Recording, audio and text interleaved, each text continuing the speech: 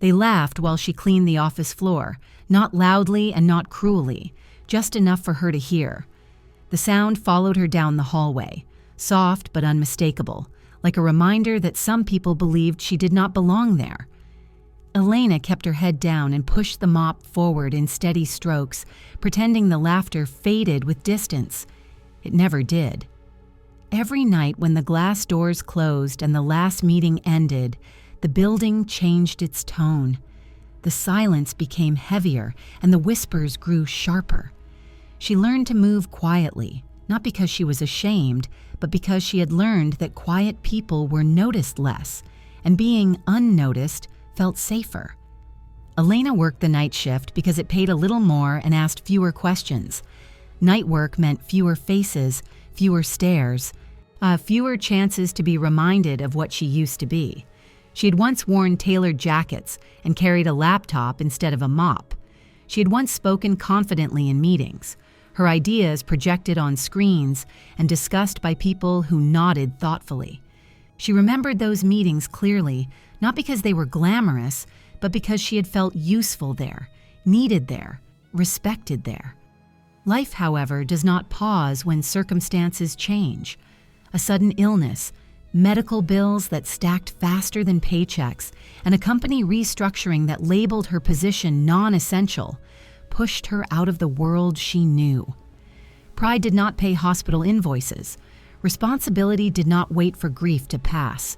There were forms to sign, calls to make, medications to pick up. So she took the job that was available. And not because she lacked intelligence, but because survival demanded flexibility. At first, she told herself it was temporary, just a few months, just until things stabilized. But months turned into routines, and routines quietly became years. Each night followed the same rhythm. She swiped her badge at the service entrance, rode the elevator down alone, and unlocked the supply closet that smelled faintly of disinfectant and old paper. The building at night felt like a different place, stripped of its confidence and noise. She knew it better than anyone else. She knew which floorboard creaked near the conference room and which light flickered on the 12th floor. She knew who stayed late and who left early. She knew which desks were messy, which were obsessively clean, and which held framed photos that never changed. Most importantly, she heard everything. Conversations drifted through half-closed doors. Careless remarks floated down hallways, and ideas were discussed openly once people believed no one important was listening. Elena listened without reacting. Silence became her armor, and observation became her habit. She learned how power spoke when it thought no one was paying attention. She learned which voices dominated and which were interrupted. She learned how credit moved quietly from one name to another. Sometimes the comments were harmless, jokes about deadlines or office politics. Other times, they cut deeper.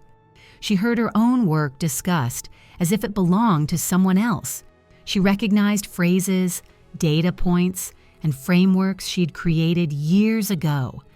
She remembered the late nights she spent refining them, the feedback she incorporated, the revisions she made because someone higher up had asked for clarity. At first, she told herself it was coincidence.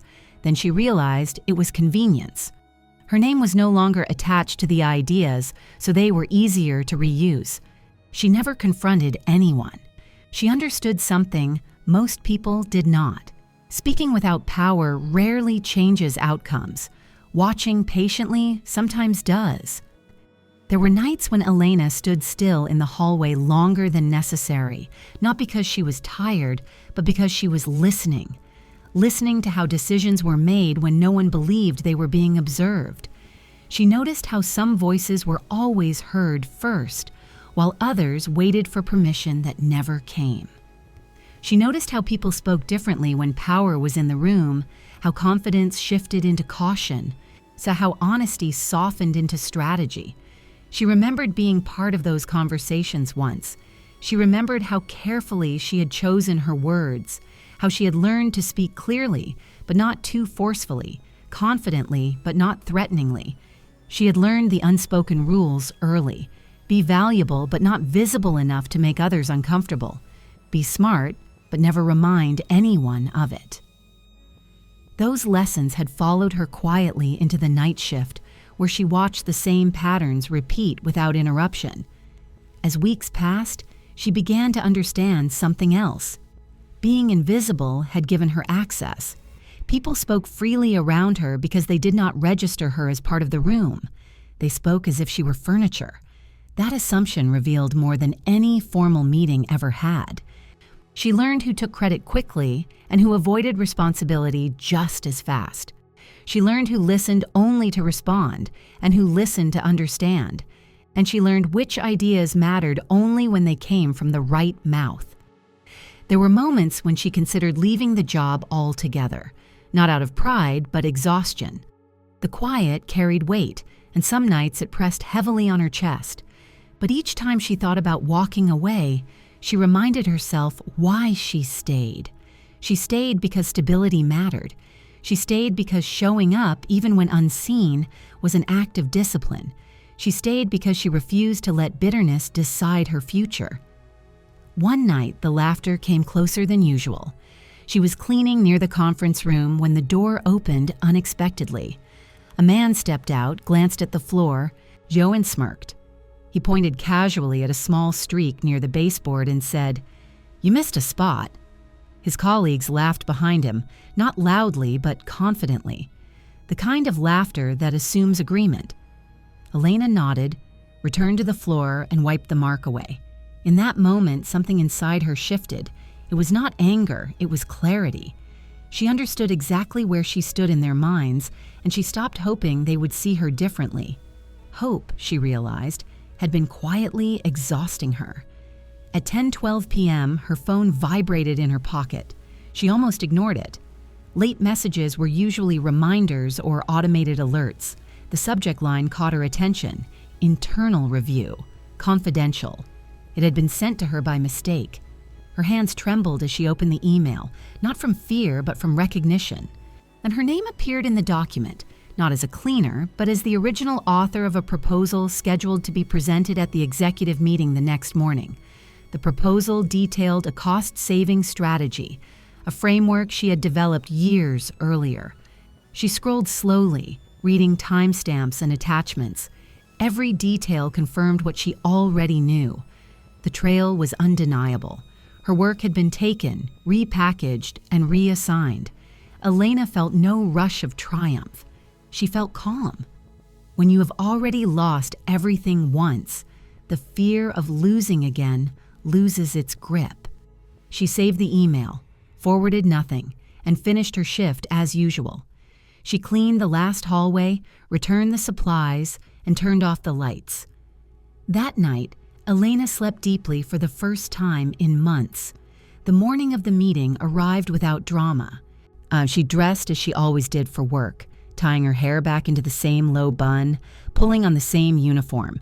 It mattered to her that nothing about her appearance suggested performance. This was not a statement. It was a presence. She returned to the building, not through the service entrance, but through the main doors. The conference room filled with executives, managers, and familiar faces. Coffee cups steamed, laptops opened. The man with the expensive watch sat near the front, confident, relaxed. When Elena entered wearing her janitor uniform, the room went silent. No one asked her why she was there. No one told her to leave. She did not raise her voice or accuse anyone. She forwarded the email to everyone present and said quietly, "I believe this belongs to all of you." Silence replaced laughter. Eyes dropped. Words stumbled. And the truth did not need embellishment. It needed daylight.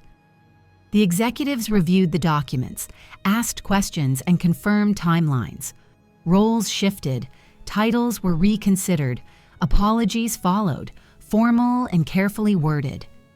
Elena listened politely. When offered explanations, she declined them. When offered reassurances, she thanked them without enthusiasm. Respect returned suddenly, but it arrived too late to feel sincere. After the meeting, several people approached her privately. Some apologized awkwardly. Others spoke as if they had always respected her. Elena listened, nodded, and said very little. She understood that apologies offered after exposure often served the speaker more than the listener. She did not correct them. She did not educate them. She did not owe anyone closure. What mattered was not what they said now, but what had been revealed when they believed she was invisible. That evening, Elena did not return to the supply closet. She did not push a mop down the hallway or listen to conversations meant to exclude her. She walked out of the building without looking back, not angry and not triumphant, simply finished. Some people confuse silence with weakness and invisibility with insignificance. They forget that quiet people often observe more than they speak and remember more than they reveal. Elena carried her dignity with her, knowing that her value had never depended on how loudly others acknowledged it. The laughter she once heard faded into irrelevance, replaced by a truth that could no longer be ignored.